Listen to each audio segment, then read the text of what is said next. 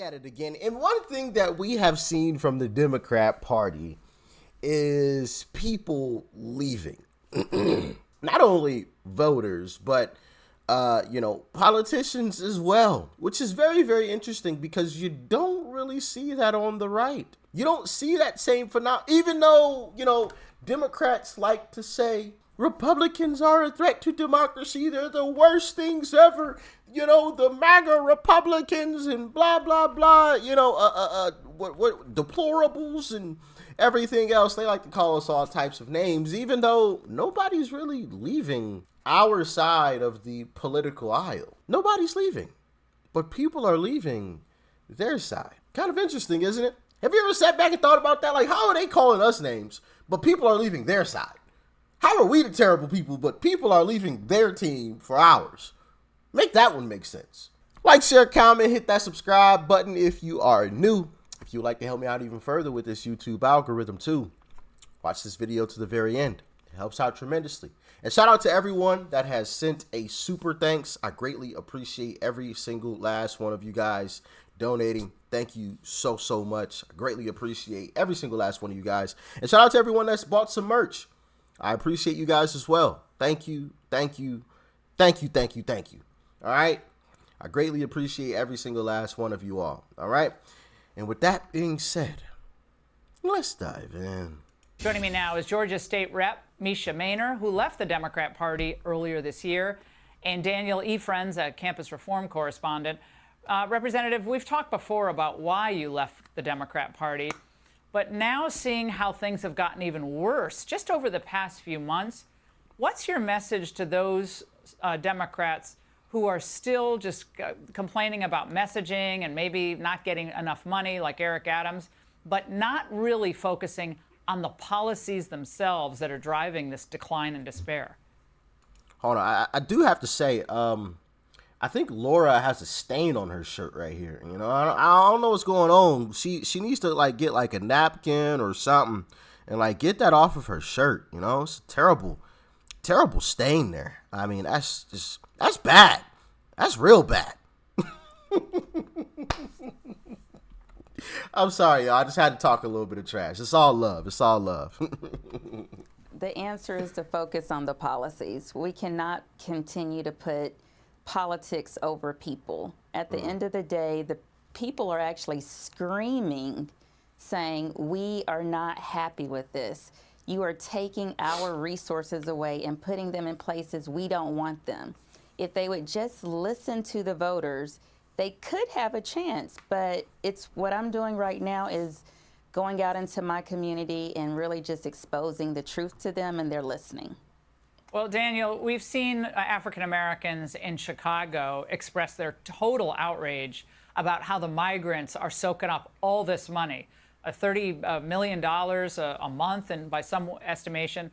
And you in New York City, where you're living, what are you seeing there, and how do you respond to the concerns about crime and filth and all the other problems that the migrant population had brought to the city? And why is Eric Adams not talking about the border and not just money? Yeah, it's insane. As a son of legal Haitian immigrants, I am outraged. I've lived in New York City all my life for 19 years. I've wanted better trains, better schooling, but cleaner streets, better policing. Me and all the residents of New York has gotten none of those things. But the moment illegal immigrants come to our city, they get free hotel rooms and they get health care. And I hope Democrats remember this come election time. I hope all of these Democrats remember this. These Democrat voters who have been saying, hey, we need better schools. We need cleaner streets. We need better streets, right? And their Democrat politicians have always said, well, we don't have the money. We don't have the money. We can't fix it. The people of Chicago, we talked about this story a while back. They closed one of their schools, allegedly because they didn't have the money and the resources. But as soon as the illegal immigrants came in, or according to the Biden administration, legal people seeking asylum, right? It's just, I mean, that's laughable in and of itself. But, allegedly seeking asylum, as soon as they come in, oh, they got all the money in the world. All the money in the world. Open back up the school. We can house them there. Oh, you got money for that now, huh? You got money. Matter of fact, make sure the migrants have a check every month too, in a warm place to stay. Make sure they're housed. Now, I'm not saying be cruel to folks, right? And just put them out on the streets, but you can turn them back to their own country where they came from. You can do that. You can definitely do that. Okay. Now, I have a heart myself. I feel bad for these folks that are sleeping out on the streets, but that's Democrats' fault. They had the opportunity to turn them back and send them back home, but they didn't. And now look at this mess. Look at this. Look at this. Ridiculous.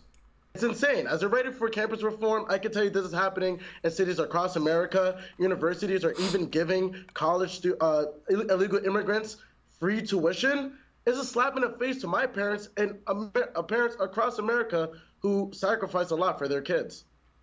Representative, we heard this before the midterm election, that African Americans and other Americans were very upset by crime, very upset about the border, and really worried about the economy. But there wasn't that much of a shift in the voting patterns among those minority voters. So they seem outraged in polls, but on the turnout and on the vote changes, you're not seeing that much movement. How do you get them to the polls and to finally break with the Democrat Party? I think opportunities like this, Laura, at the end of the day, you have me on a national platform, and there are going to be African Americans and there are going to be Democrats that are listening to this message. Everything that you just said prior to bringing us on, I sat here laughing because it really makes no sense what you were saying. Like, how did we even get to this spot where we are allowing foolishness to rule our country? And so I'm going to continue to educate the people in my district, people like Daniel, other leaders, and other. That's a great point. And it's education. That's how we got to this point. That's how we got to this point.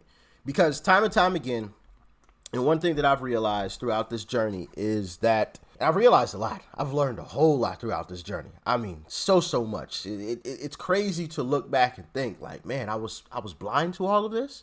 This is insane. It's insane. But one thing that I've realized is that a lot of the times, especially nowadays, when you ask a Democrat, why do you vote Democrat? Why are you voting for Joe Biden? They can't really give you a good answer, or any answer at all in some cases, right? And like I said, in times where they do give you an answer, it has something to do with Donald Trump. Like, they can't give you typically an answer without using Donald Trump in the answer. Oh, well, I don't want to vote for Donald Trump. Answer that question without saying anything about Donald Trump. Why do you want to vote for Joe Biden? He's done a lot of things. He's done a lot of things. He's done a lot of great stuff, What has he done great? Can you give me some examples? Can you name one example? Well, oh man. I can't think of anything right off the top of the head, but he's done a lot of great stuff. How many times have you guys heard people say stuff like that? I mean, I'm reciting it. Like, they can't tell you, but that comes back to education. But the issue that I'm finding is that I feel the media is controlled by the left. So the media controls the narrative, so to speak. And the media pushes out all this great stuff, but negative stuff about Republicans, and so Republicans have to work harder in order to educate the population on the actual truth, which, hey, I'm fine with that. If I gotta work harder to make sure people are educated about the truth, to save this nation, to save this country, if I have to have personal conversations with folks, right, I'm fine with that. I'm totally fine with that. I said just yesterday, I think it was, if I have to tiptoe around the conversation so that the person doesn't, hear the facts and leave, right? When the facts come out, they run. Y'all remember that saying I used to say all the time. So that the person doesn't run when I start hitting them with facts. If I got to tiptoe around the conversation, just bring them on slowly, and that conversation ends up going from a 10-minute conversation to an hour-and-a-half conversation, I'll have that hour-and-a-half conversation. I'm fine with that. Because as Larry Elder always says, we have a country to save. And if that's what it takes, I'll get it done. And I hope y'all feel the same. Let's continue on. representatives that are changing their minds. We really need to collectively put our voice together, because if we don't, we're going to lose this country faster than you think. We're gonna turn into Venezuela very fast. If Republicans don't stand up and listen, we are in a lead currently, but that doesn't mean that's always going to be the case. I feel very strongly that it will be, but I'm not banking on that, right? Just because you're in a lead doesn't mean that you put your hands up and say, hey, yeah, we good now. We start celebrating. I'm sure you guys have seen some of the videos where, you know, for example, in a race or something where the person starts celebrating a little too early and the person that was in second place passes them right before the finish line and wins. I don't want to be in that type of situation. I've seen that happen before, right? So it's pedal to the metal. It's pedal to the metal. We're flooring this thing, especially now that we see that a lot more people agree with us than what the mainstream media would like us to believe. Oh yeah, it's time to floor it. It's time to floor it. Pedal to the metal. Let's go all in. That's the way that I see it. But, you know, how do y'all see it? Let me know in the comment section, please. And Republicans have to actually go into these areas and go into these neighborhoods and not be afraid to actually speak to people about their concerns and what the solutions are. That's got to happen. Daniel, new data from the Survey Center on American Life shows that Black Americans, especially younger ones, ages 18 to 49, are souring on Biden. And just 36% now believe he accomplished a good or great deal. 21% want him as the 2024 nominee, and less than half, 48%, identify as Democrat. Is the dam finally breaking? Yep. I think the dam is finally breaking. Laura, I am sick of tired of the rhetoric that I do not have agency in this country, and plenty of other young Black Americans believe the same. A big example is affirmative action. I do not want to be told that I need some sort of equitable policy to be in a great institution. I want to own my accomplishments and my shortcomings in America. It's great to have you both on tonight. Thank you so much. Absolutely. Absolutely. And I've preached about that too. I feel the exact same way. And, you know, the thing about it is this, and I'll end it with this. I won't keep y'all long.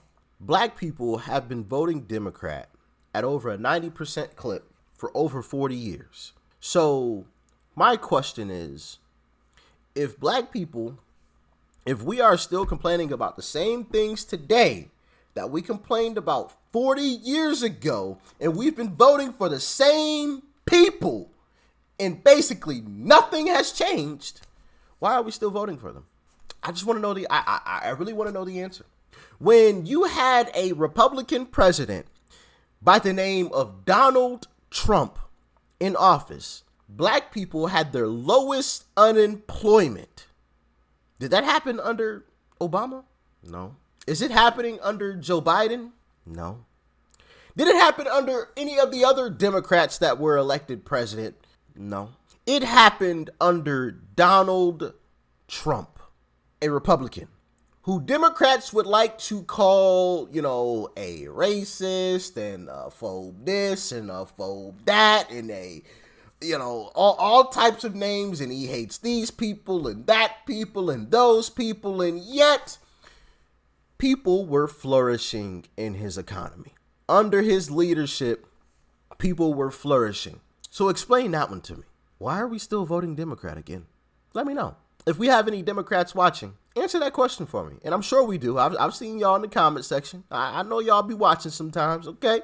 It ain't too many of y'all, but I'll be seeing y'all. Let me know. Why would you still vote Democrat? Y'all let me know what you thought about this one in the comment section below. Peace and love. I'm out.